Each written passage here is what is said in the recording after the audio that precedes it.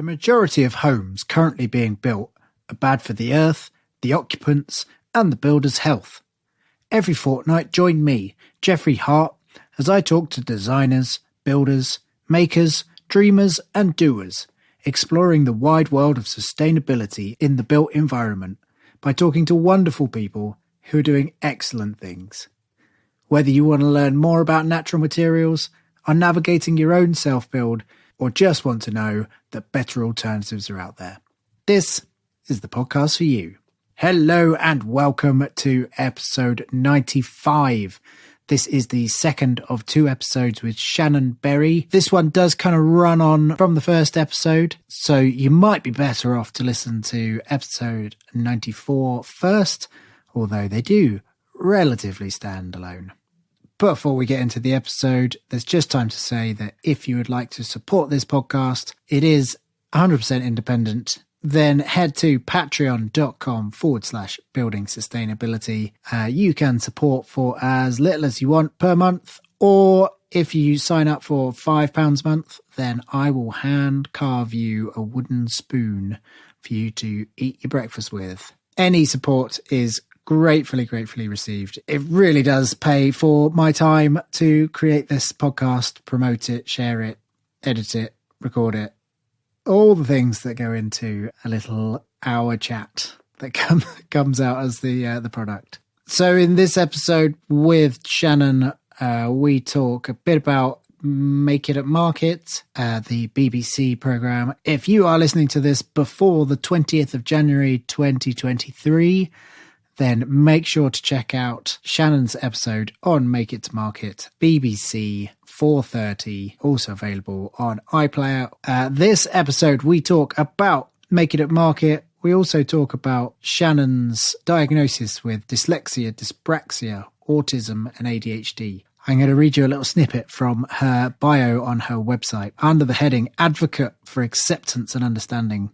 Being recently diagnosed with dyslexia, dyspraxia, autism, and ADHD, I've realised that I'm part of a world where neurodivergent people are stigmatised. I want to help change that narrative to promote acceptance and understanding towards how people like me process information and can be a voice for that community through my business and as a maker in general. As a maker, I want to have fun, explore, learn, and above all, create. It's taken me a long time to give myself permission to be creative and explore craft. I hope to inspire others to have a go and have fun while doing so. And that is why she's on the podcast. So expect lots of that chat in the following hour. Just time to say there is a whole host of links in the show notes to various makers, to events that get discussed in this episode. So I'm back briefly at the end. Enjoy Shannon Berry.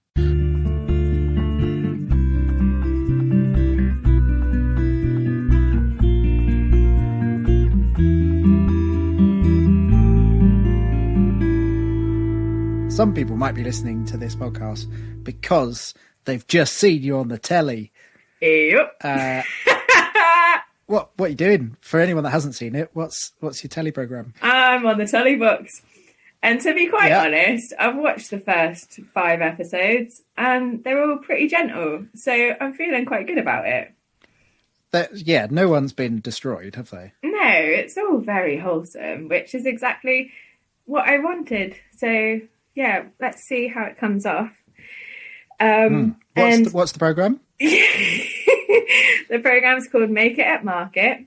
It's a 15-episode pioneering pilot series of 30 different contributors making their hobbies or their passions into a small business. So there's everything from glass craft-based. Yeah, exactly.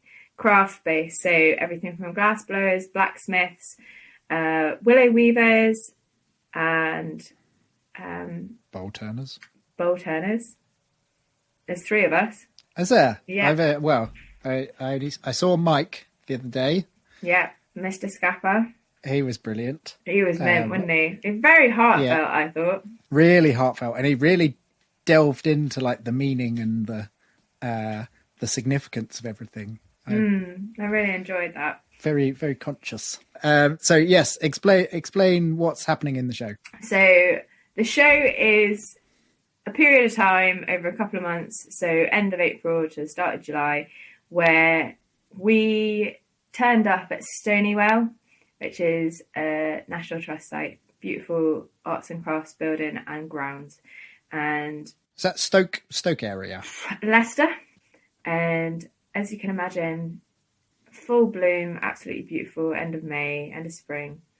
And we showcased 3 pieces. So a volume piece, something small that could be made within 4 hours, bread and butter type piece, a favourite piece, whatever significance that has to you, and a high-end piece. So something that takes longer or takes more material or whatever that means to you, whatever a high-end piece means to you. And I went on with 3 bowls, as you can imagine. A couple with... bowl turner, classic. Yeah, and a couple of handles with a higher technical ability, showcasing that kind of side of things. My forms weren't my favourite in terms of... in my practice, I think about form a lot. What shape I want things to be, what I can get out of the wood. Yeah, I think about the form a lot. So that kind of whittling down what I was going to do for those pieces took considerably less time than I thought it would, because I was on a massive tight deadline for it, and everything the whole way through felt like it needed to be done yesterday. That sounds like TV. Yep. And they were just like, oh yeah, you can just go down to this thing in like Oxford and showcase all the bowls that you have. And I was like, what, those bowls that take like 6 to 8 weeks to make? Oh yeah, just 2 seconds.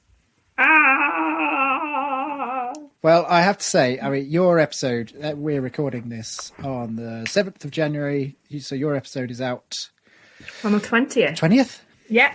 BBC something? 1. What time? 4:30. I only watch things online, so I don't... All I know, iPlayer, press the button. Yeah, exactly. It will be available on iPlayer once it's aired.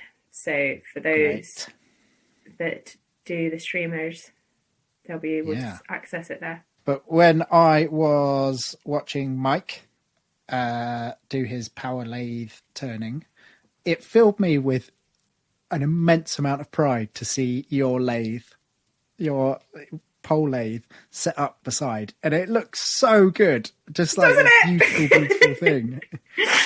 I really loved seeing it. And your axe block, like, oh, yes. Oh, thank you so much for saying that. I am immensely proud of my lathe. It's the first one that I ever built, and I made it with so many good intentions and such a steep learning curve. I didn't have a lathe whenever I applied to the show. So I applied in November of 2021, and I didn't find out until the end of March. So I then had 4 weeks to turn around building a lathe and get 3 bowls off of it that I was happy with. And that's kind of where the yesterday, like needing everything now, came in. So I spent 10 days building this lathe. Again, went and kind of called to the bowl god of Matty Whitaker and was like, Matty, I've done this thing, I've got it. They've just told me, what do I need to do? He was just like, take this big slab of oak, make that your base. I'd already eyed up a few older poles in the coppice. So I said, Ruth, you know those older poles? Could I have them? And she's like, yep, cool. We need to take them down anyway. Great.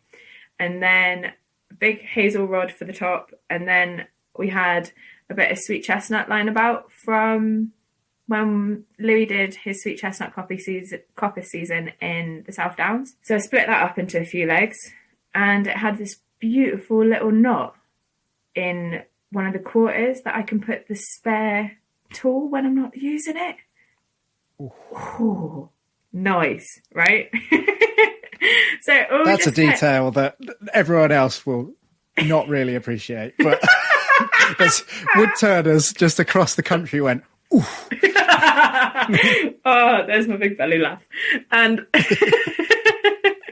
so I'm super excited by my lathe, and I loved how it turned out, and it's my best friend now. It's just like I was saying before about my happy place being that little point. It's like I walk into my workshop, which I didn't have before the show either. That kind of gave me the impetus to get a space for it. And it was more my neighbours kind of like, it all worked out, synchronicity and all that kind of stuff. The neighbours on my right-hand side was using it to store stuff that they had moved there 3 years ago when they moved house. And they kind of like used the springtime as a bit of a spring clear out, and then the space became available. So then the neighbours on the left-hand side kind of took a bit of pity on me turning out into the gales of Northumberland and wood chips like flying into my face as I was like turning in my back garden, messing up all of the lawn because of all the shavings just killing off little patches and everything. And they were like, do you want to use the stable across the road? I was like, yes, please. I've been eyeing it up. So I've now got a workshop space, which I wouldn't have had if I hadn't done the filming experience. And I had a mentor the whole way through. So it's not just kind of like film these amateurs going to like create a business. We were actually all given business mentor. Mine was Alice Blogg, who is now an established... Yes! You! I've been following her work for ages. She is awesome. Oh, yeah. She's so lush. Yeah, how was she? Because she seems incredible. The work she turns out is just stunning. It's pristine, right? And yeah, what I really enjoyed about having Alice on my team was that it felt like that. She was just rooting for me every step of the way. And the first conversation we had was materiality and about sourcing wood and ethically sourcing wood from UK sources. And to the best of my knowledge, she had a part in picking who she was going to mentor as well as the producers. And I think that ethos of working with green wood and the pure raw materiality that came through with the work that I was doing and why I was doing it, and wanting to be able to engage with heritage craft in a contemporary way and wanting to carry on skills that we've been passing down for over 2,000 years. She was just in it. She knew why I was doing it before I even said a thing. She just saw it, and I was like, okay, you could probably see more about me than I actually know about myself right now. And that was just so refreshing. So refreshing. That's nice. That's really nice. Because I wonder if it's the same for you, but so often I meet the average person, and I sort of explain what I do and why I do it, and they're just like, huh? What why? Huh? So to get someone that is A, mentoring you, and B, like totally... Yeah. Oh, I know, right? So, yeah, for a long time, I've just gone with the narrative of I've just been dossing about because it's easier than trying to explain how ingrained my thinking is into the depth of knowledge that I'm trying to tap root into. There's a lot of people that just don't get it yet. And I say yet because they will. Yes, once they've heard this. No, I'm joking. It's really just like something that's become so significant and important in my life. I have a strong emotional attachment to that. I really just want to be able to protect that ancestral connection and connection to nature. That if I know someone's going to just use it as an opportunity to express their insecurity and attack it, I'm just not going to go there yet. Ooh, don't rise to it. Just keep doing your thing. Exactly. I'm just going to actually, I'm quite a hermit. Like, One of my friends did a human design on me, and I'm a generator hermit or something. I don't know. Human design? I don't know what that means. There's I don't know if I know enough to tell you what it means. Maybe it's a bit too tangential. It's massively tangential. I'm just going to flick the switch and make sure that it's charging my laptop. 2 seconds. Okay, yep. I actually wanted to ask you loads of questions, but my brain's not going there yet. Okay. Well, if they come back, ask away. Thanks.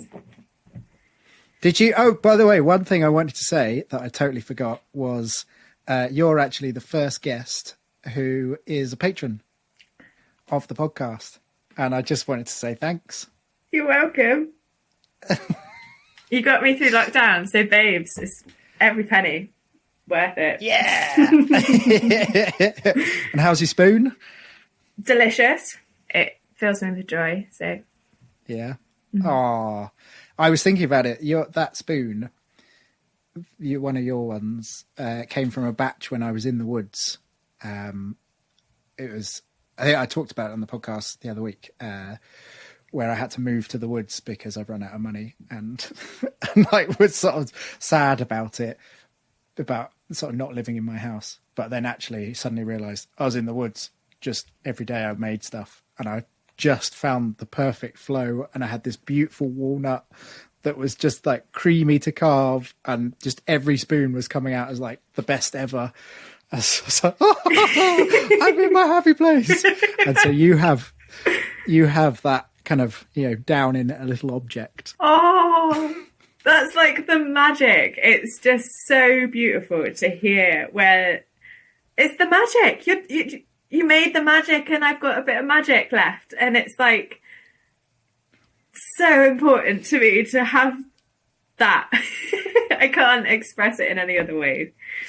Well, yes. Well, thank you. And everyone should become a patron for that very reason. Well, to be honest, I think everyone definitely could become a Patreon. How do I express that in a way that isn't ranty? I think the work that you're doing is absolute testament to everything that we've spoken about in terms of exploring sustainability and exploring community in a way that bypasses culture that absolutely is not accessible to a lot of individuals. So I think that the work that you're doing is really important, and I would love to hear more. So if anyone out there has the capacity to become a Patreon, please find the website, look at all the potential extra bonuses that you can get in all the amazing content that is accessible through Patreon, and just do it. We'll be back after a quick break. If you're looking for all things BMX racing, you found the right podcast. Here at Lane 8 BMX Podcast, I'll speak to the local racer, the national racer, and even the Olympic level racer. I'm talking kids to the weekend warriors and much more. So get comfortable, turn up the volume, and remember to snap on green.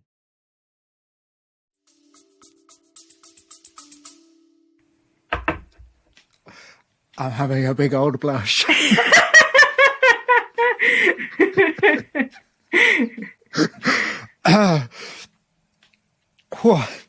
Thank you. That's Is that all right for a sound bite?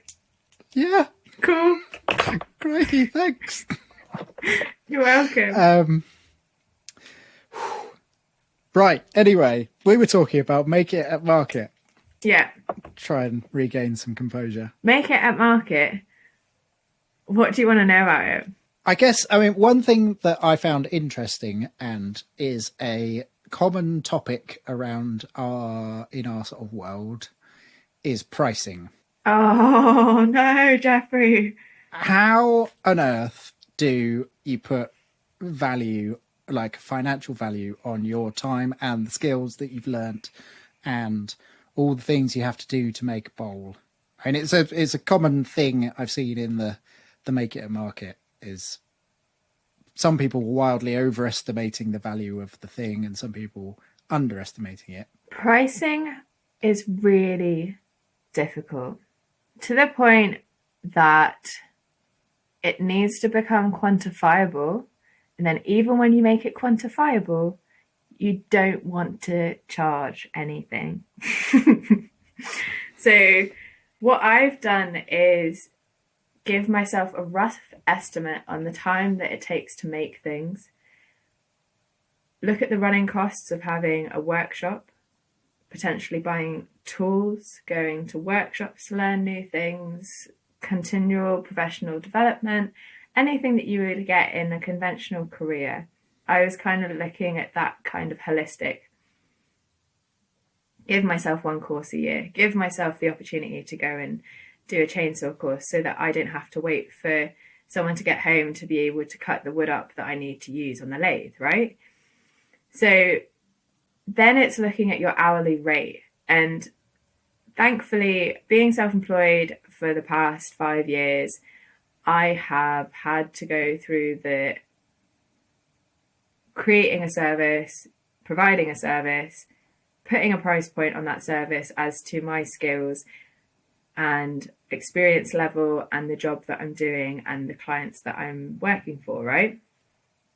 And even with all that experience, I still feel like having an hourly rate on what I'm doing isn't enough, because I'm looking at other makers and I'm doing that comparison is the thief of joy, right?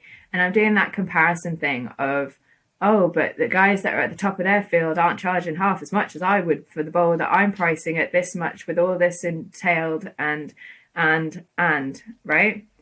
So pricing is really difficult.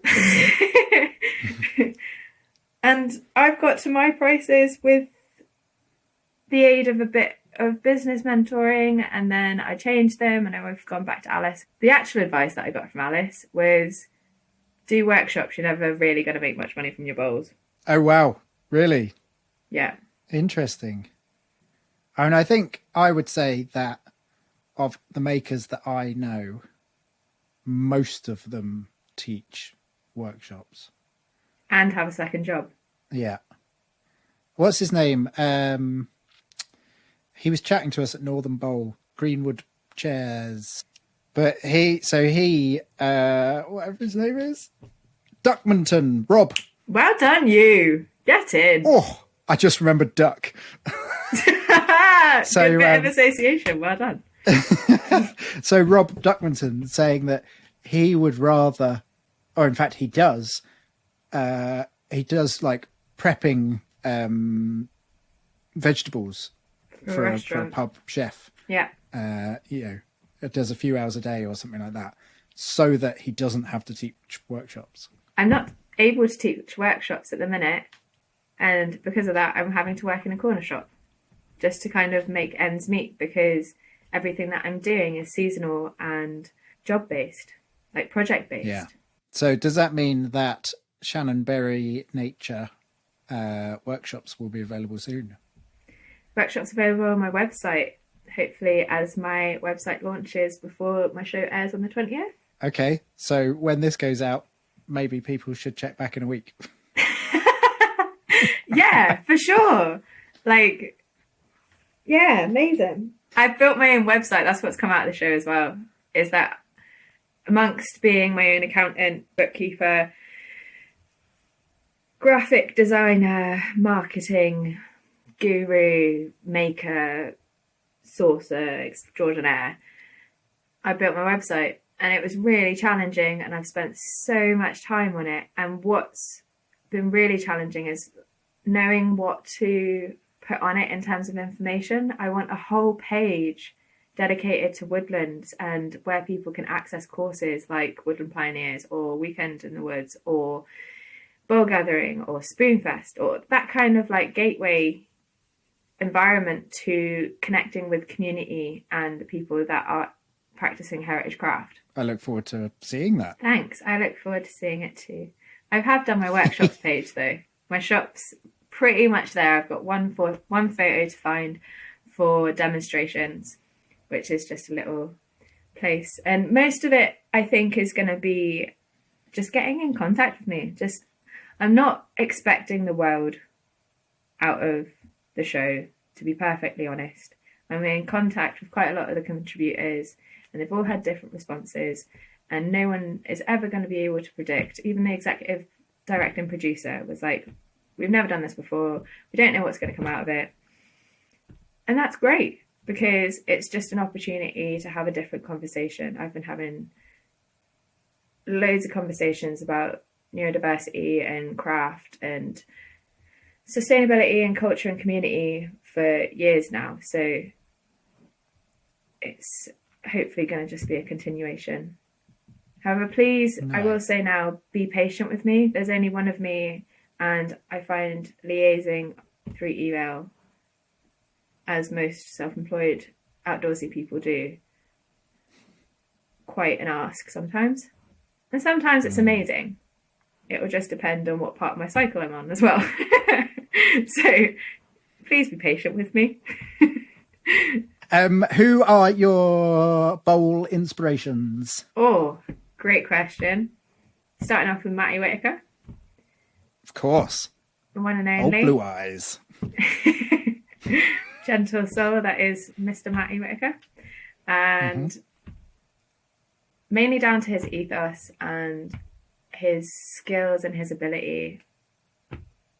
He's got this jug that I still haven't asked him how he made it. I will one day. And so humble. Such a great guy.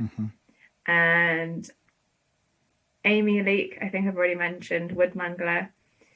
She has been very generous with her time to me. And I actually went and visited her and did a workshop with her when we were living in the South Downs. Oh, nice. I went to her house when I was on my cycle trip. Nice. She put me up for the night. Great. Yeah. Her lovely little she's got backyard a great space. set up. Yeah. Yeah, so that's men. And then I went and turned with Sharif Adams at the bowl gathering and studied locking loaded boxes, which was just amazing. But I often so see people many.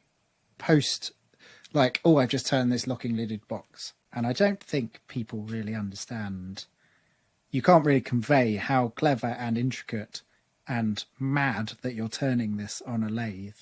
Like a thing that fits in itself, and the lid locks in, it's solid, it's secure, it comes apart. It's doing all the things that a jam jar does, but you've just made it out of a lump of wood. Yeah, it does the thing. It's such a high level of precision, and also there's one specific part where the lathe works back on itself. And what I mean by that is whenever you're treadling on a lathe, you're pushing down on a piece of string that comes up and wraps around a piece of wood, circular piece of wood that's attached to this block that you're turning, and then goes up to something that springs back, and it oscillates, right, back and forward. And as it goes forward is when you cut, when you have the resistance against the tool. So you've got this mad mechanized way of working already.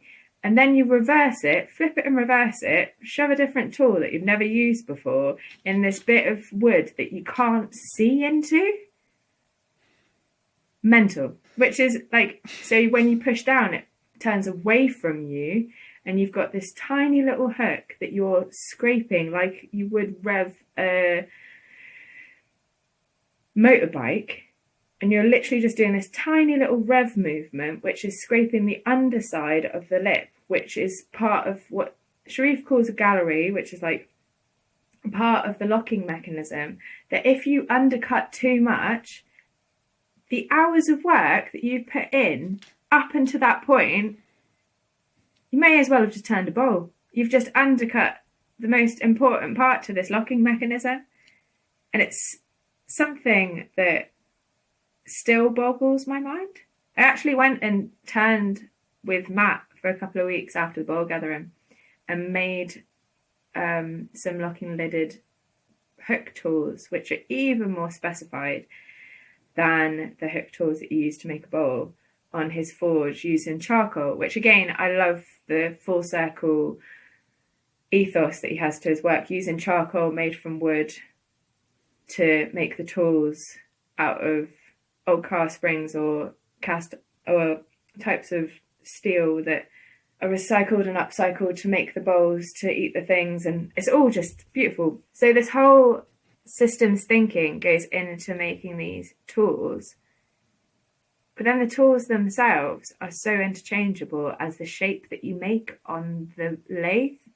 So, for example, we made a nesting hook as well as the locking loaded boxes, and the nesting hook is specific to a diameter of bowl that you then undercut to make another bowl inside the bowl, which I haven't figured out yet, and I will at some point. And I spoke to Steve Ridd, he would be another inspiration of mine. And he just completely allowed my whole body to relax about it in terms of the nesting and not getting it quite right and trying to teach myself. He spent months learning how to do this little thing. It's not little, but it's like a small part of the process. And I was just like, oh, if he doesn't get it straight away, that doesn't mean that I won't, but it's highly unlikely that I won't. So, yeah. Oh, there's so many people that inspire me. I mean, it's kind of hard to pick individual inspirations, isn't it? Because the community as a whole is an inspiring thing. It is. It is. And the coming together with just the express intention of sharing, and, you know, no one's like looking after their intellectual property and, you know, with a special way they make a cut or something. It's like, I do this. Have a go. Exactly. There's as many people as there are ways of doing things. And that is just a blanket accepted part of the community, is that what I do may not suit you. However, there is no one way of doing things. So this is how I do it. And maybe if that helps you in some way of how to position your body or how to source your wood or whichever way that may be, there is just this open ethos mentality. As long as you're willing to share and learn, you're in, basically. And I think I was chatting to Flo, that's been on the podcast, Hamer, over message while she's in Sweden. And we were literally just having this exchange of just awe, like how cool it is to be in part of this community and how amazing it is to have so many people that if you just message, like Jeff Hannes has been amazing, where I've just sent him a couple of sentences, just a couple of questions where I'm like, oh, I'd have this thing. And Yoav actually has done the same thing where I've messaged them and just been like, I've got this thing, drying, where I dried in summer didn't work. What do I do now? And they were like, this is a massive list of all the things you could be considering in your environment that you need for the optimum drying temperature. What I do is this. What you could try is this. Where do you get that in any other industry? Like, it's mad, isn't it? Yeah. Truly, I mean, it's truly, truly wonderful. And I think, you know, the last sort of 5 or so years as I've burrowed deeper into the green woodworking community, they're the best people I've ever met. Yeah. And they're the people that make me feel most at home and comfortable and welcome. Yeah. It's just like, I love them. I want to go on to say it's just like a big family, but it is though. It is. We're going to follow this sort of thinking. So you're back to the show slightly. I don't know how to sort of say it. It seems like every person on the show has a sort of a little hook, a little. What did you say? Sob story. That was the exact word I wrote down, and then I sort of underlined it with a question mark after it. Can we say that? Yeah. Sorry, I completely talked over you. That was perfect. That's fine. What's your sob story? My sob story is that I am neurodivergent or classed with learning disabilities. Nice. Yeah, I've been recently... Is that the right response? Nice. For me, it is. This is the thing. For me, it is because, as I alluded to before, there's been 12 to 4 years of unpicking and as with most people that are late diagnosed with any kind of learning disability that I have spoken to, there has been so many little blind spots or unanswered questions that have just followed us within our own existence. And as soon as someone says, oh, these are all the things that you struggle with, okay, well, this could be this. And it just opens a whole door of exploration where you find people that have similar thought processes and similar ways of coping with things that have come from scarcity rather than abundance. For me, it's been a massive journey that I've been fortunate enough to go along with my sister. She's 10, Okay. and she's just been recently diagnosed with autism as well. So we both have dyslexia, dyspraxia, autism, and ADHD. The quifecta. And probably some OCD chucked in there for a bit of spice, right?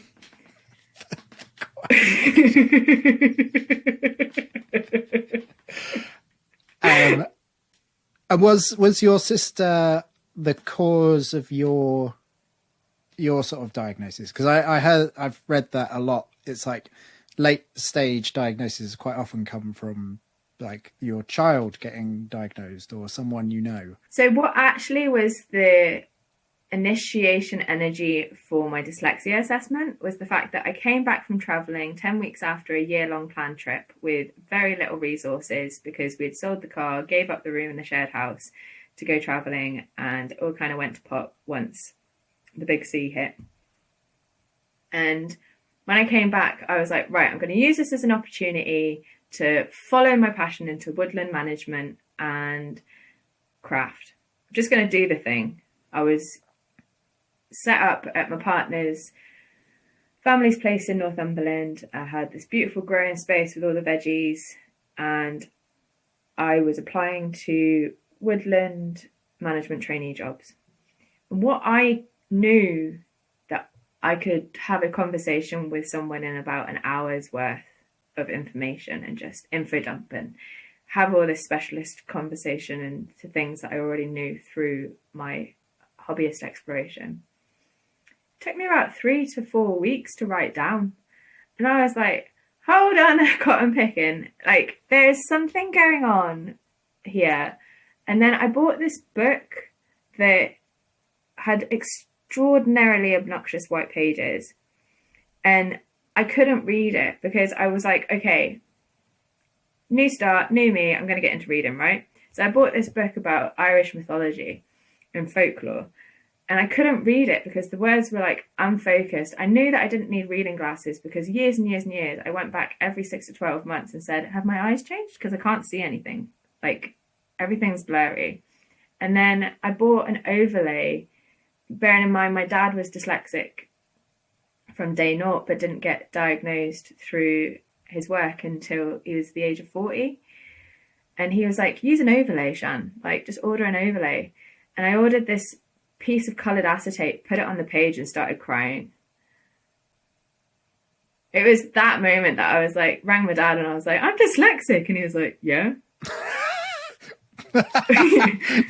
He was like, yeah. And what? We've known since you were doing A-level English literature. I was like, oh, right. Nobody told me. Was that information not deemed useful for you? Exactly. Well, it's just that I was coping. Right. It didn't look like a barrier because I didn't make it a barrier.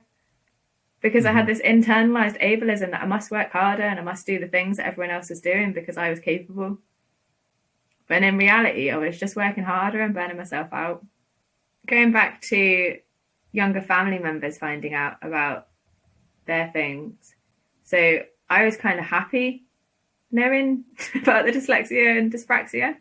And then I went into another research rabbit hole with autism and ADHD because my sister was having her assessment and it just ticked all the rest of the boxes and opened up light to all of the different blind spots that I had left. So, yeah, now I'm fully diagnosed as having complex learning disabilities. And the world is better for that? Your world is better for that? My world is viewed through a lens in which I have much more understanding and acceptance. Another thing my dad would say to me was, you can never judge a fish by its ability to climb a tree. I'm just going to say that again for the ones at the back. You can't judge a fish on its ability to climb a tree. Like, it's really important to know that there's a lot of people that are not suited to learning in our current academic environment, and getting into craft for me and being able to give myself permission to work with my hands has been absolutely life-changing. Yeah, that's all I want to say about that. I mean, that was sort of the I had a question back about the architect thing, about whether you felt like you had the opportunity to do something non-academic. And it's very much based on my own experiences. Like, growing up, I just wanted to make things. All I did was make things, banging together bits of wood with a nail and loving it. And they went, oh, you like that, you should do a product design degree where you sit and work at a computer. And sort of had to go down you were funneled down an academic route because you're intelligent, therefore you've got to go do the intelligent thing. And I think this is really paramount to where skills like I'm talking about, and working with your hands and working with the land, like Hawaii, is honestly some of the most important work that we do to be able to sustain ourselves with food, to be able to live in the shelter that we do, to be able to strip it back to pure basics. These are some of the most important jobs. And because they aren't valued in such a way that allows them to have any kind of accessibility in affordable living costs, and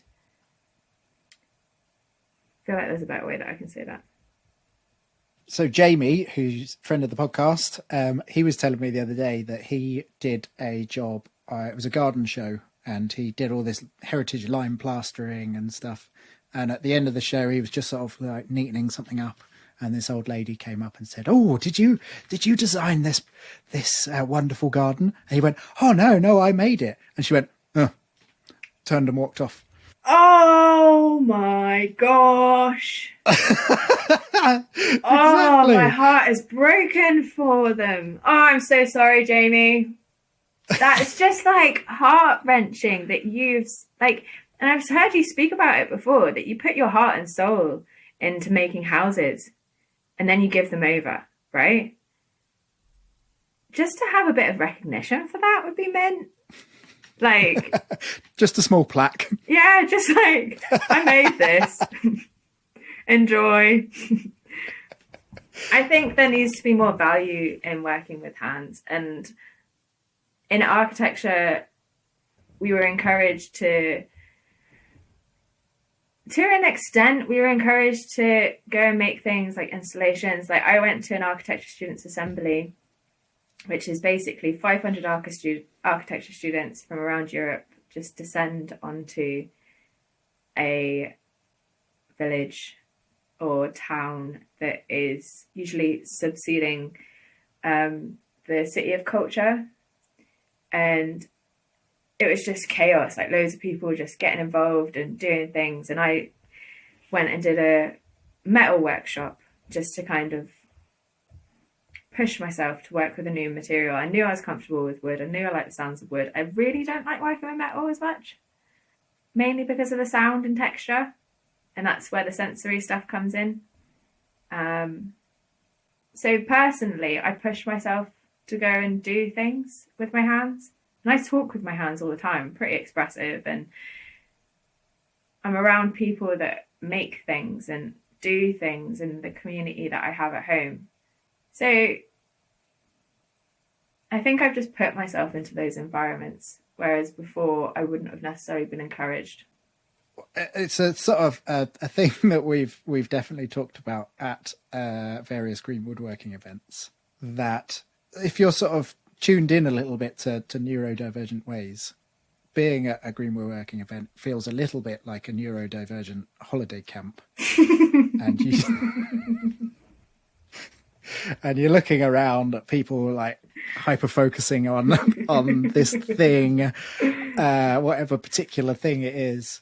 First of all, do you think that's fair?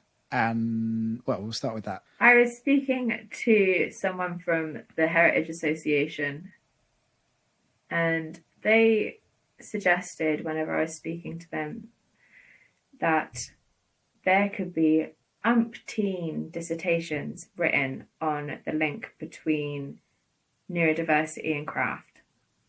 Interesting. You are looking at a specific skill, and that hyper focusing for any, like, if you've gone into anything in terms of the way that those types of brains works, having blocks of period where you go into detail about a specific interest that chases the dopamine down this hole.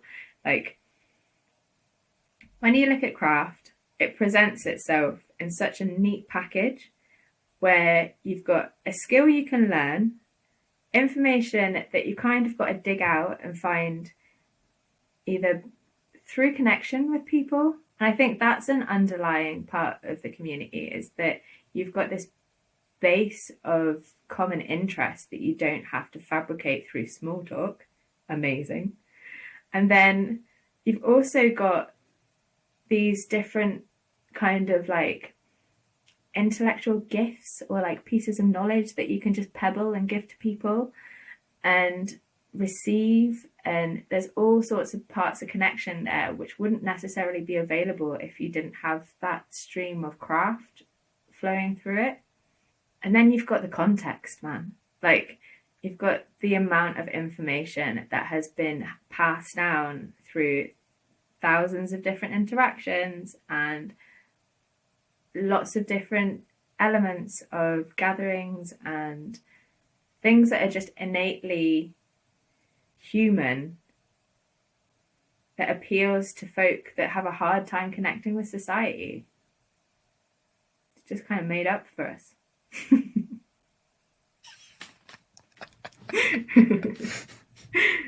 So taking ADHD, this discussion I've had with many people, the fact that it's called a disorder, I think, upsets some people, and instead it's sort of, a different way of thinking.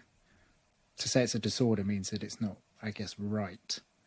Where am I going with this question? I've totally lost myself in... Can I say something? A little detail. Yeah, please do. Or do you want to go back to the detail? No, I've lost it. Cool. It'll come back. It'll circle back. It comes in loops. So I think that you've hit on something. To say that a certain specific way of processing information is a disorder highlights how broken we are as a society, in my opinion. In my experience, there's been a quota released, I can't remember which university it is, for a specific number of neurodivergent people, because the employer body of that university have realised that those are the people that are wanting to come in because they're doing the things that interest them and not get involved in office politics or wanting to waste time to just get paid. They're wanting to just come in and do the job, basically. And that's not a slander to anyone, because to be perfectly honest, I think neurodiversity or neurodivergent as a term will become outdated as our thinking evolves around this topic. As you've just said, and as I allude to a lot, it's just a way of thinking and a way of processing information. We are in our infancy in understanding how the brain processes information. And the fact that with autism spectrum disorder has been denoted as a low to high functioning spectrum for a long time is completely obtuse, in that it's further from the truth as possible. That was an idea that was introduced by a psychologist to describe the type of support needs that someone might have, and how someone's disability might affect others. Whereas looking at a spectrum, it's more like a color wheel with different arms, and it turns into a spider web in terms of like sensory issues, or executive functioning, which is like a large topic, or social skills, or a certain number of different things that you've got to meet in terms of the criteria. And I think it's just part of a human experience, and something that's been highlighted to me the whole way along this process are people saying, oh yeah, but everyone thinks like that, everyone feels like that sometimes, everyone. And it's like, I understand that everyone does, because it is part of the human experience. However, I know for a quantifiable fact that my sensitive is more hearing than most people. So something that might not even register in your experience of the world will send me doolally if I sit in a room with an electrical current bouncing off some kind of adapter that's making a high-pitched sound that's reaching the point of my tinnitus, that I can't sit in that room. It makes me really uncomfortable. No one's going to know that until I tell them. And if I do, they'll be like, oh, wait, I can't hear it. What are you talking about? So it's that kind of acceptance that what people say that they're experiencing is what they experience, even if it's not your reality. Mm-hmm. Where's my accent going? I don't know. I told you, didn't I, that when you stood up and did a talk at Woodland Pioneers was the first time I went, oh, she's Irish. So I've never known. Talking to a group, you're Irish. I was like, oh, Shannon. Oh, yeah, that's quite an Irish name, isn't it? Yeah. Oh, did I tell you the story about my sister? When I sent her the clip for the show, she was like, I was really worried about what I looked like. She was like, Shannon, I'm really excited. You look fine. I was like, oh, great. And then she went, but what voice did you use? I was like, I don't know. There was someone behind the camera that was Irish, and then there was someone that was from the West Country, and whoever was there, that's what I used. I've remembered the question. Oh, great. Disorder, the D in ADHD disorder. Some people would describe it as a superpower, like, the ability to focus in on a thing and lose everything else. How do you think that ability has helped you in your craft, or just in your journey? It's kind of double-edged for me. That focus that I was talking about before is something that I've had to learn, because as we were saying, it's so exciting whenever you realize there's this whole world that is just accepting and accessible, and you can go down and learn all these different skills. For me, I just want to learn everything. And that interest in everything has been really valuable to have some such transferable skills. Mm-hmm. So like working with community groups and working in woodlands and gardening and tools and all the things. So that variability and seeking variety has been really useful. I guess there's also a part of me that's just constantly seeking to connect, even though I recharge quite a lot as a hermit, doing things by myself, wanting to understand other people's perspectives and other people's knowledge has been really interesting. The hyperfocus I probably have but don't recognize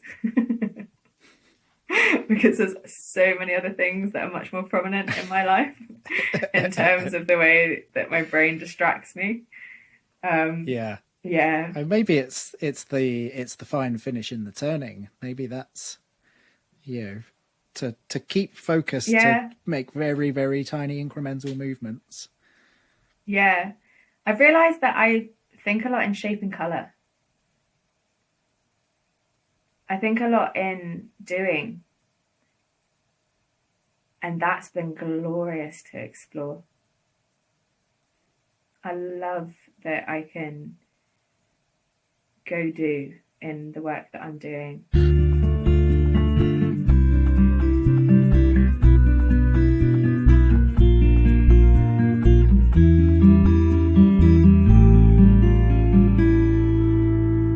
Ah, beautiful. Thank you, Shannon, for talking so eloquently and honestly about all of that stuff. I can't wait to see the episode. January 20th at 4:30 on BBC, also available on iPlayer at any time. There will be a link to the show in the show notes, along with all of those makers that were mentioned: Alice Blogg, Matthew Whitaker, Amy Leake, Sheriff Adams, Steve Ridd, Flo Hamer, Jeff Hannis, Yoav. A few of those have got episodes on this podcast, and I will link to those as well in case you haven't heard their wonderful words. I think that is just about all for me. Just time to request that if you have listened to this episode right to the end, you're part of the A-team, why don't you share it on your social medias and just say one thing that you really enjoyed, and we can share the goodness of Shannon's lovely words to more people. If you want to support the podcast, you'd be my hero. You get a shout out on the next podcast. You also get to see a tour of my tiny house, and you get 9 hours of bonus content and snippets from other conversations. Plus, you get the warm glow of helping this podcast to continue being made. Head to patreon.com/building sustainability. Link in the show notes. That is just about it. We're on episode 95. It feels like we should do something spectacular for episode 100. Maybe you've got an idea of someone that you would like on the podcast. Send me a message through social media or through the website, buildingsustainabilitypodcast.com. Suggest a guest. And we'll try and make it happen for episode 100. Other than that, I hope you're enjoying January, and I'll be back in a couple of weeks. All right. See ya.